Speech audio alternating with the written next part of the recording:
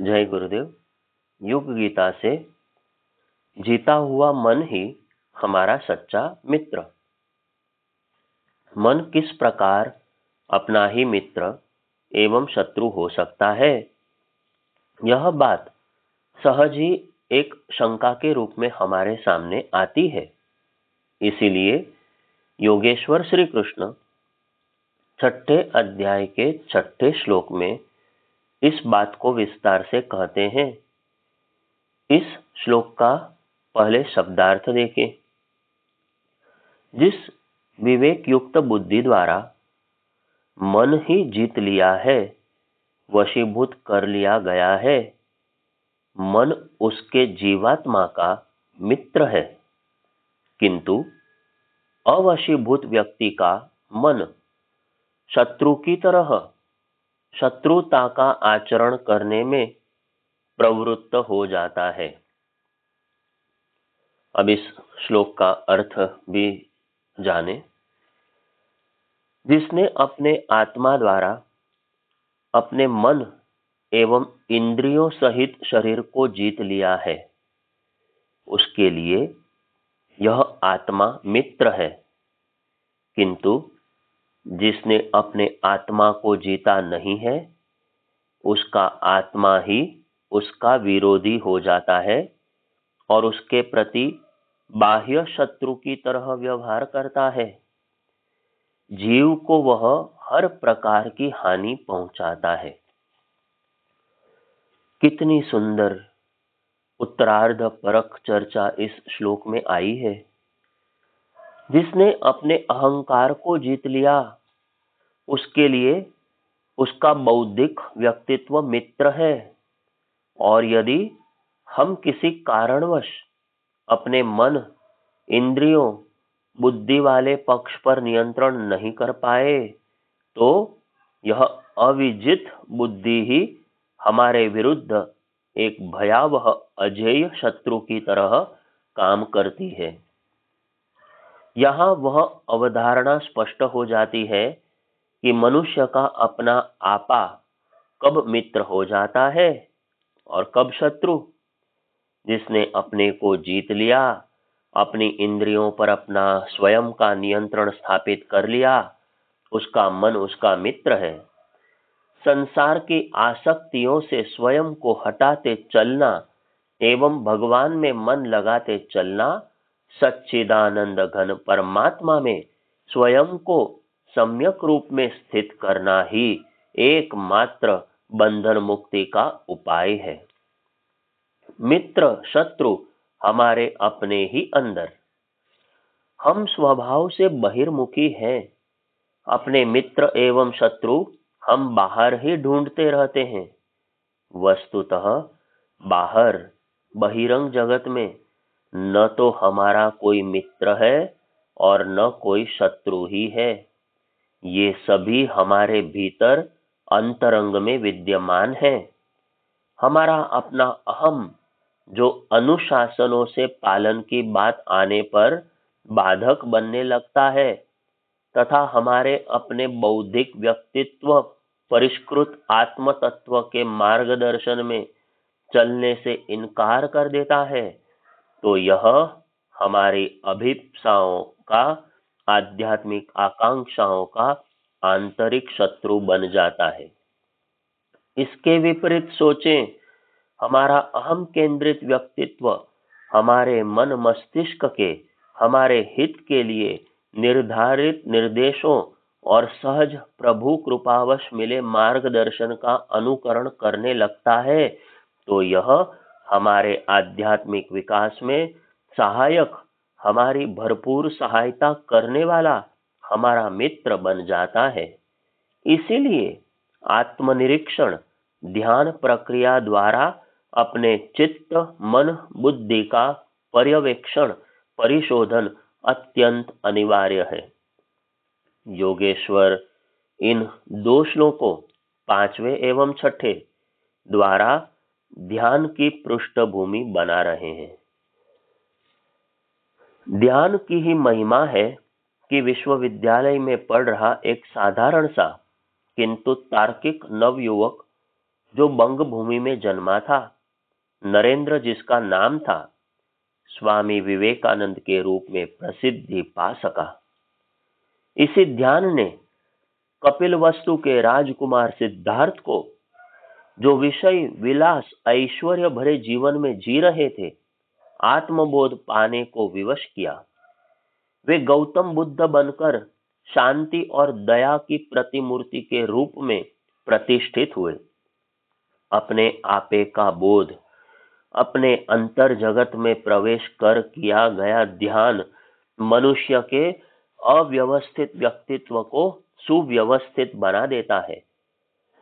उसके जीवन को प्रज्वलित कर उसे बल, उत्साह और विधेयात्मक उल्लास से भर देता है। उसे अपने भाग्य का निर्माता बना देता है। विश्वास नित्य प्रबल बनाओ कि तुम संसार के सबसे महत्वपूर्ण व्यक्ति हो, अपने भाग्य के विधाता हो। यह वाक्य सदियों से ढेर सारे मनुष्यों को महामानव बनाने की प्रेरणा देता रहा है। इस वाक्य को परम पूज्य गुरुदेव ने सर्वाधिक महत्व दिया। स्वयं अपने जीवन में उनने ध्यान को स्थान देकर मैं क्या हूं पुस्तक लिखी, एक लंबी पुरस्चरण साधना संपन्न की एवं एक विराट संगठन के निर्माण के निमित्त बने, जिसने 21वीं सदी उज्जवल भविष्य का नारा दिया। सतत आशावादी चिंतन, अपने आपे को अधिकाधिक प्रबल शक्ति पुंज बनाना, यह आचार्य श्री के जीवन में ही नहीं, उनकी प्रेरणाओं, लेखन व ओजस्वी वाणी में स्थान स्थान पर दिखाई देता है। आत्मनिर्माण से युग निर्माण। युग निर्माण योजना का मूल मंत्र है आत्मनिर्माण। हो सकता है कि दूसरे हमारा कहना नहीं माने, पर हमारा अपना आपा तो हम जीत सकते हैं। अपना सुधार ही संसार की सर्वश्रेष्ठ सेवा है। वाक्य जन जन को देने वाले परम पूज्य गुरुदेव ने बार बार कहा कि हम यदि बदलेंगे, मजबूत बनेंगे, आत्मिक निर्माण की ओर चलेंगे, तो युग स्वतः बदलेगा। आध्यात्मिक दृष्टि से संपन्न विकसित देव मानवों का समुदाय खड़ा होने लगेगा। व्यक्ति निर्माण से ही शुरुआत होती है, फिर परिवार, समाज, राष्ट्र, इस क्रम से सारा विश्व एक नए विधान के अनुरूप खड़ा होने लगता है। परम पूज्य गुरुदेव अपनी पुस्तक उद्धरेत आत्मना आत्मानम में लिखते हैं, अध्यात्म विद्या का प्रथम सूत्र यह है कि प्रत्येक भली बुरी परिस्थिति का उत्तरदायी हम अपने आप को माने। बाह्य समस्याओं का बीज अपने में ढूंढे और जिस प्रकार का सुधार बाहरी घटनाओं, व्यक्तियों एवं परिस्थितियों में चाहते हैं, उसी के अनुरूप अपने गुण, कर्म, स्वभाव में हेर फेर प्रारंभ कर दे। परम पूज्य गुरुदेव आगे लिखते हैं, कहावत है कि अपनी अक्ल और दूसरों की संपत्ति चतुर को चौगुनी और मूर्ख को सौगुनी दिखाई पड़ती है। संसार में व्याप्त इस भ्रम को महामाया का मोहक जाल ही कहना चाहिए कि हर व्यक्ति अपने को पूर्ण निर्दोष एवं पूर्ण बुद्धिमान मानता है। न तो उसे अपनी त्रुटियां सूझ पड़ती हैं और न अपनी समझ में कोई दोष दिखाई देता है।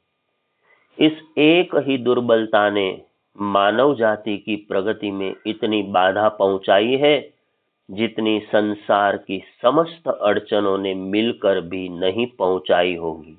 पूज्य वर्ग के इस चिंतन के साथ इस छठे श्लोक का मर्म यदि समझ लिया जाए, तो जीवन एक कलाकार की तरह जिया जा सकता है।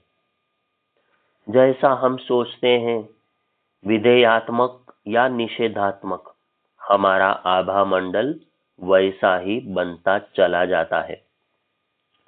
जिसका मन जीता हुआ है, इंद्रियों पर, विषय वासनाओं पर जिसका नियंत्रण है, वह निश्चित मानिए कि अपने आकर्षक आभा मंडल से अगणित लोगों को प्रभावित कर उन्हें भी उसी दिशा में गतिशील कर देगा। जिसका मन इंद्रियों का गुलाम है, वह क्या तो किसी को प्रभावित करेगा, खुद ही उस प्रवाह में बहता रहेगा, अपने जीवन देवता की दुर्गति करता दिखाई देगा। इस छठे अध्याय में ध्यान जैसे विषय पर आने से पूर्व आत्म संयम योग नामक इस अध्याय में योगेश्वर श्री कृष्ण बार बार व्यक्ति को अंतर्मुखी बन अपनी अंतर जगत की यात्रा करने हेतु सम्यक मार्गदर्शन कर रहे हैं। उद्देश्य उनका एक ही है कि उसकी चित्त वृत्तियां गड़बड़ाने न पाए, वह वैचारिक प्रदूषण से भरे इस समाज में कम से कम अपने चिंतन को ऊर्जावान बनाए रखे। दिव्य कर्मी के लिए यह अत्यंत अनिवार्य है। पराशांति को पाने का मार्ग। जिसने अपने मन को जीत लिया है, वह किन्हीं भी परिस्थितियों का सामना कर सकता है। परिस्थितियां उसके लिए बाधित नहीं होती। उसका मनोबल इतना प्रचंड होता है कि वह फिर किसी भी परिस्थिति से अप्रभावित रह अपनी आत्मिक प्रगति का पथ प्रशस्त करता चलता है। उसकी आत्मा उसके वश में होती है। यही नहीं, वह उस पराशांति को पहुंचा हुआ होता है जहां उसकी परम आत्मा उसके सामने सहज ही प्रकट रहती है। श्री अरविंद के शब्दों में, यह समाधिस्थ परम आत्मा सदा हर पल मन की जागृत अवस्था में भी जब वासना और अशांति के कारण मौजूद हो तब भी शीत उष्ण सुख दुख तथा मान अपमान आदि के प्रसंग होने पर भी अपनी वृत्तियों को भली भांति शांत बनाए रखता है। श्री गीता जी अध्याय 6 के 7वें श्लोक में इसी भाव को इस तरह स्पष्ट करती है। शब्दार्थ: जितेंद्रिय राग द्वेष रहित मनुष्य का शुद्ध जीवात्मा शीत उष्ण सुख दुख आदि में तथा मान और अपमान में सदैव आत्मसत्ता में ही निवेशित रहता है। अर्थात वह व्यक्ति जिसने अपनी इंद्रियों को नियंत्रित कर लिया है और जिसके अंतःकरण की वृत्तियां भली भांति शांत है, उसका मन सर्दी गर्मी सुख दुख और मान अपमान में निरंतर सच्चिदानंद घन परमात्मा में ही नियोजित रहता है। परमात्मा समाहितः, इसका मतलब यह हुआ कि उसके ज्ञान में सिर्फ परमात्मा है और कुछ है ही नहीं। यह बहुत बड़ी उपलब्धि है एवं यह ध्यान से प्राप्त होती है।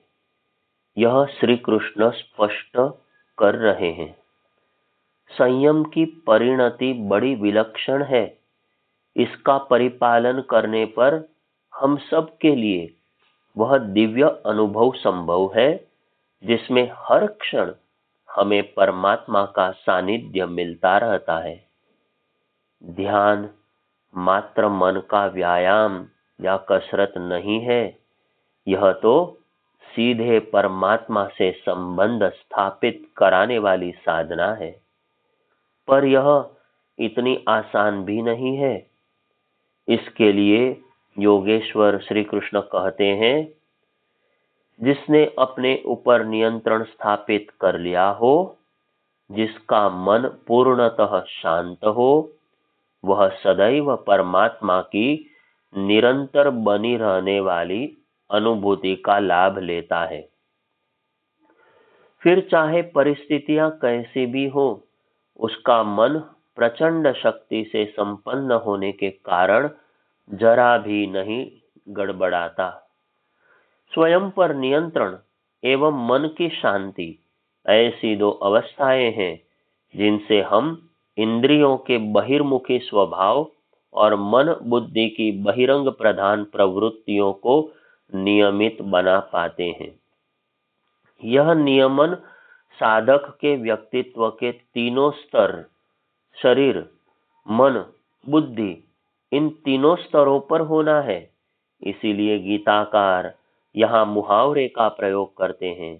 वे कहते हैं, चाहे कितनी भी ठंडी या गर्मी का वातावरण हो, सुख दुख प्रधान परिस्थितियां हो और मान अपमान की स्थिति हो, वह सदैव परमात्मा में लीन रह अपने अंतरंग मन को शांति पूर्वक साधता हुआ जीवन जीता है।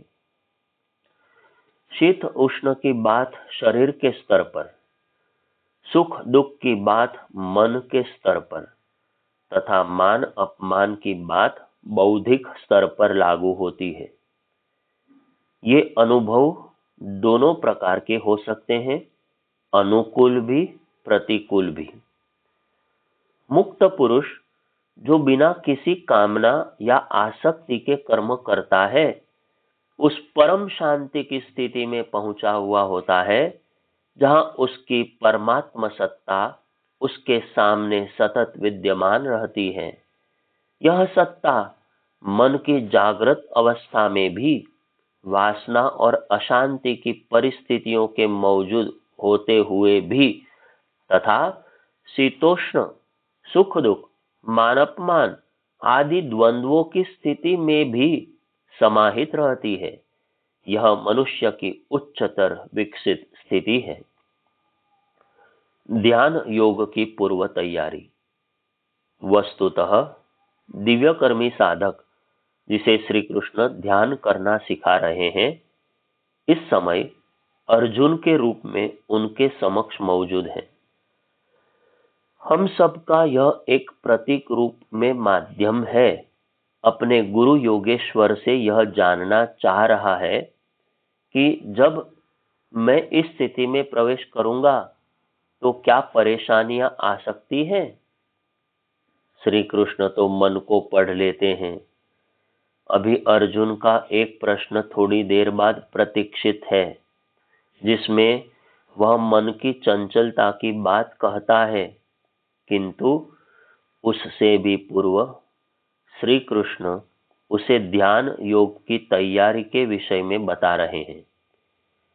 जब व्यक्ति चित्त में प्रवेश करता है तो चित्त के संस्कार, कई प्रकार की यादें, अतृप्त कामनाएं मस्तिष्क पटल पर आने लगती है। ऐसी स्थिति में दिखने वाला मन व देखने वाला मन दोनों ही दृष्टा बन जाते हैं। यदि इंद्रियां मजबूत नहीं हुई, उन पर नियंत्रण नहीं हुआ, तो ध्यान लगाना तो दूर, कई प्रकार के चित्र विचित्र दृश्य कुसंस्कारों के प्रोजेक्शन के रूप में दिखाई देने लगेंगे। हमारा अचेतन परिष्कृत हो, इंद्रियां हमारी अपने ही नियंत्रण में हो तथा हम शांत मन स्थिति में हो, तो हमारे ध्यानस्थ होने की तैयारी पूरी हो जाती है। जब मनुष्य संसार की आसक्तियों से हटकर भगवान की ओर बढ़ता है, तो उसका मन धीरे धीरे शांत होने लगता है। श्री रामकृष्ण परमहंस के अनुसार जैसे जैसे हम काशी की ओर बढ़ते हैं, कलकत्ता पीछे छूटता चला जाता है। इस पंक्ति के पीछे संकेत है कि जैसे जैसे भोगवाद से पीछा छूटता है, व्यक्ति मन की शांति, आत्मिक प्रगति की ओर बढ़ने लगता है। शांत मन स्थिति एक उपलब्धि।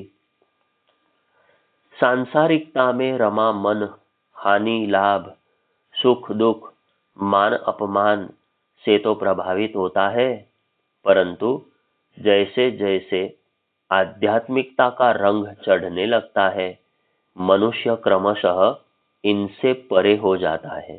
जैसे ही इन भौतिक कारणों से स्वयं को परे किया, व्यक्ति का मन उसी अनुपात में शांत होता चला जाता है। 7वें श्लोक का मर्म यह है कि तुम स्वयं को परमात्मा को अर्पित कर दो, फिर लौकिक दुख तुम्हें परेशान नहीं करेंगे, तुम्हारी मनः स्थिति को तनावग्रस्त नहीं होने देंगे। कर्मयोग के साथ शरणागति का भाव बार बार अपनाने हेतु प्रभु प्रेरणा दे रहे हैं और उस दिव्य अनुभव का लाभ लेने हेतु संकेत कर रहे हैं, जिसकी व्याख्या उन्होंने अगले 8वें श्लोक में की है। इसकी चर्चा बाद में, अभी अपने मन को जीतने की चर्चा पूरी करें। भगवान ने 6ठे श्लोक में कहा कि जिसका मन और चित्त पूरी तरह जीत लिया गया है, उसका वह मित्र है। कोई भी जानना चाहेगा यह मित्र बनाने का उपाय। यह उपाय वे 7वें श्लोक में बताते हैं कि संसार से मन को हटाते चलो, परमात्मा में उसे अर्पण करते चलो, फिर कुछ भी तुम्हें व्यापेगा नहीं, न मान न अपमान, न दुख न सुख। बुद्ध व महावीर की चित्त वृत्तियां भगवान में विलीन हो गई थी। साधारण सांसारिक मनुष्यों ने उन्हें गाली दी, अपशब्द कहे, पर वे सतत प्रसन्न। वे जानते थे कि उनके दुर्वचन उन्हें क्यों व्यापेंगे, वे तो परमात्मा सत्ता में लीन, सदैव प्रसन्न एवं शांत मनस्थिति के प्राणी थे। सचमुच वे परमात्मा रूप ही हो गए थे। गीता में आत्म संयम योग की यात्रा आत्मा की परमात्मा से तद्रूप होने की यात्रा है। आगे की चर्चा कल करेंगे। जय गुरुदेव।